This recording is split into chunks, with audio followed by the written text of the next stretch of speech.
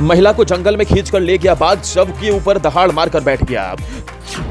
खटीमा में आदमखोर बाघ ने फैलाई दहशत, महिला को नहीं छोड़ रहा था बाघ।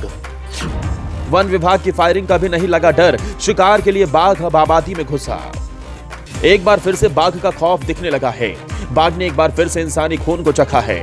लगातार बाघ के हमले बढ़ने से जहां लोगों में डर है, तो वहीं अब बाघ खींचकर झाड़ियों में लेकर जा रहा है। इस खबर ने पूरे इलाके में सनसनी मचा दी। बाघ के इस तरह के आतंक ने ऐसा कहर ढाया कि किसी को समझ नहीं आ रहा अब वो करे भी तो करे क्या।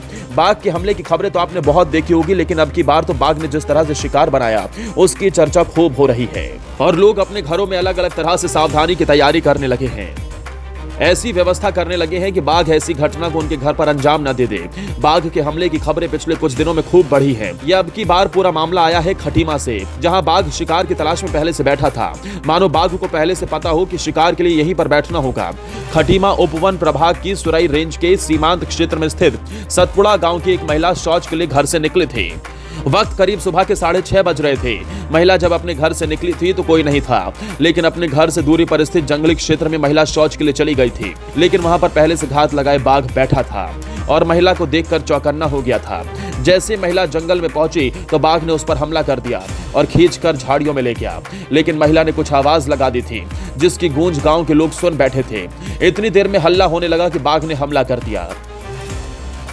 शोर शराबा सुनकर गांव के लोग जंगल की तरफ दौड़े, क्योंकि बाघ ने सुभावती देवी को जंगल की तरफ खींच कर ले गया था। बाघ झाड़ियों में महिला के शव को घेर कर बैठ गया था। बाघ के हमले की खबर फौरन ही वन विभाग को दी गई, क्योंकि बाघ महिला के शव को नहीं छोड़ रहा था। सूचना पर वन विभाग की टीम भी पहुंच गई और कई राउंड की हवाई फायरिंग की। फायरिंग की आवाज सुनकर आखिरकार बाघ ने शव को छोड़ दिया और भाग गया। लेकिन इस हमले ने कई लोगों को डरा दिया था, क्योंकि बाघ जिस तरह से महिला के शव को घेर कर बैठा था वो वाकई में हैरान करने वाला था। लेकिन अब की बार पूरा का पूरा माजरा उल्टा हो गया था, क्योंकि बाघ भी निडर हो गया था। वो शव को छोड़ ही नहीं रहा था।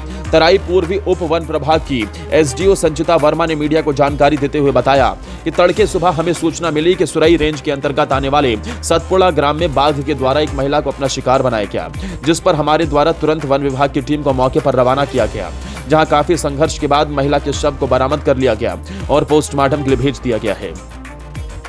सुबह हमको सूचना मिली थी कि जो हमारा सतपुड़ा ग्राम है सुरई रेंज में स्थित, उसके जंगल से लगे हुए क्षेत्र में एक महिला शौच के लिए बाहर गई थी। तो सुबह 6:30 बजे की घटना है और बताया गया कि उसको बाघ के द्वारा उस पर हमला कर दिया गया है। तो हमने उसकी शव ढूंढने की काफ़ी प्रयास किया, तो अभी उसका शव भी हमको मिल गया है। और इस महिला का नाम शुभावती बताया गया है, पत्नी श्री गिरजा प्रसाद। इसकी उम्र 50 वर्ष के लगभग थी और महिला सुबह शौच के लिए जंगल की ओर को गई थी।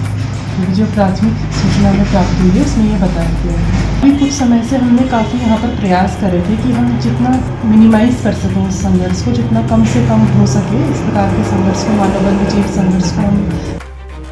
साथ ही इलाके के लोगों को जंगल में ना जाने और लोगों को सुरक्षित रहने की सलाह दी गई। आपको बता दें कि इससे पहले नैनीताल में भी बाघ ने 2 महिलाओं को निवाला बनाया था, जिसके बाद बाघ को पिंजरे में कैद कर लिया गया था।